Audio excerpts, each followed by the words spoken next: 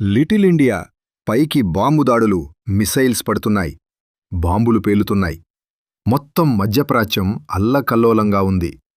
కాని ఆ మంటల మధ్యలో ఒక పేరు వైరలవుతోంది: లిటిల్ ఇండియా. మీకు ఆశ్చర్యంగా అనిపించింది కదా? ఇజ్రాయెల్లో లిటిల్ ఇండియా ఏంటి అనిపిస్తోందా? ఇజ్రాయెల్లో ఉన్న డిమోనా నగరమే ఈ లిటిల్ ఇండియా. అక్కడి ఒక మూల వీధుల్లో నడిస్తే మీకు హఠాత్తుగా మరాఠీ వినిపిస్తుంది, హిందీ వినిపిస్తుంది, సోన్పాపిడి వాసన వస్తుంది. ఒక్క క్షణం అనిపిస్తుంది, నేను ఇండియాలో ఉన్నానా? లేదు, మీరు మధ్యప్రాచ్యంలో ఉన్నారు. కాని ఇండియా మీతోనే వచ్చింది. 1950 నుంచి 60ల నుంచి ఇక్కడ సుమారు 10,000 మంది భారతీయులు ఆ నేలమీద జీవిస్తున్నారు. మహారాష్ట్ర, కేరళ, కోల్కతా నుండి ఒక్కో కుటుంబం సముద్రాలు దాటి వచ్చింది.